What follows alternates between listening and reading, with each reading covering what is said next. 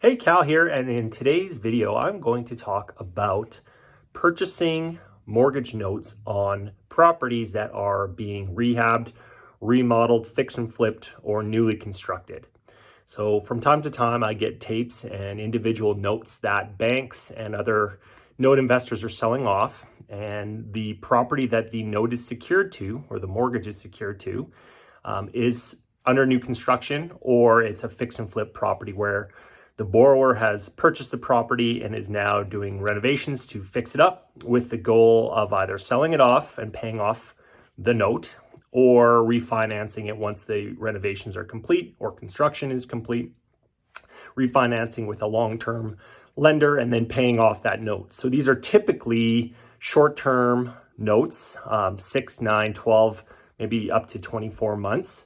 And oftentimes they are interest-only loans. So that means that the borrower is not paying down any of the principal balance during the renovations or remodels, but they are just paying interest on that loan, okay? And the other factor or common thread here is that the interest rate is usually pretty high. So we're talking 10, 12, maybe even up to 14%, which is good. So me personally, I don't like these notes very much for a couple of reasons. And I wanted to talk about this because I wanted to share a little bit of some of the risks, I guess, that come with these types of notes and some of the benefits if you're set up correctly. So the reason I don't like buying these notes is a few things. Number one, I always like to think first about what would happen if I had to foreclose, okay? So especially if the loan is non-performing, it means that the borrower has not been paying recently on that fix and flip loan or new construction loan. That's a pretty big red flag because it typically means they are in trouble, right? If they're not making their payments, perhaps the construction budget was assessed wrong and they're way over budget on the repairs or the construction cost, and now they have no money. That's a big one, and now they're not making their payments. Whatever it might be, that's a pretty big red flag when it comes to a construction loan because it probably means you're going to have to foreclose as the lender and take that property back. Okay. Now that could be a good thing, but it may also be something that you're not prepared for as a note investor. So think about it. If let's say that the property is 50% complete, so whatever the remodel or the construction was, they're only halfway through it and then they stop paying. So now if you own that note and you foreclose, you would take it to the foreclosure auction, but because it's a half completed house, you may not be able to recover the full note amount. You may not be able to sell that mortgage off or that house off to an investor and get the loan principal back. So what would happen is you would take that property back as an REO, and now you're the owner of that house that's only 50% complete, okay?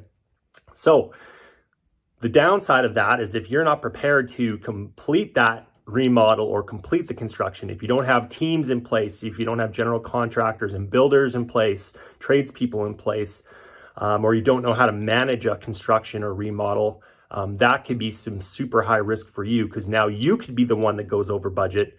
It could start draining all of your capital and you may end up losing money on the project, okay? Or if you don't have enough cash to even cover that, what are you going to do then, right? You're owning a 50% complete house and what are you going to do, right? So a couple options if you do take back a house like that that's not complete.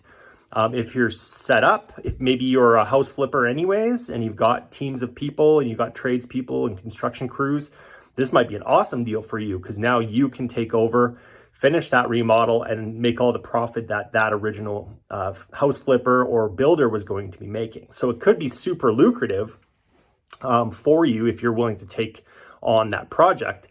But let's say you're buying that note and you live on the other side of the country. Okay, so let's say you live on the East Coast and you buy a deal in Las Vegas, let's say, and now you have to manage a remodel or a new construction project from the other side of the country and you have no contacts in that city.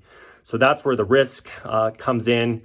It could be a lot of headache for you to try to take that project to completion and recover your investment and hopefully make a profit, okay? So because I live in Canada, I'm really not interested in buying these types of notes unless it's maybe in Texas where I've got people and contacts that could maybe take over a remodel and help me complete it. So if you're a hand kind of person, if you're skilled in construction and renovation, These types of notes might be perfect for you because either you're going to get some nice cash flow from that 12% interest rate over a short term, or you might be able to take the property back and complete the remodel and make huge profits from it if the numbers make sense.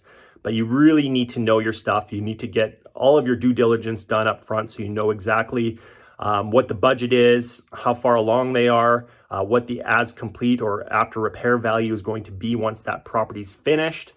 So there's a lot that goes into these kinds of notes, and me personally, I prefer to just skip over them. And I prefer the longer term notes, principal and interest payments where they're amortized over 15, 20, 30 years. And there's either the owners living in the property or possibly a tenant. So that's more my style.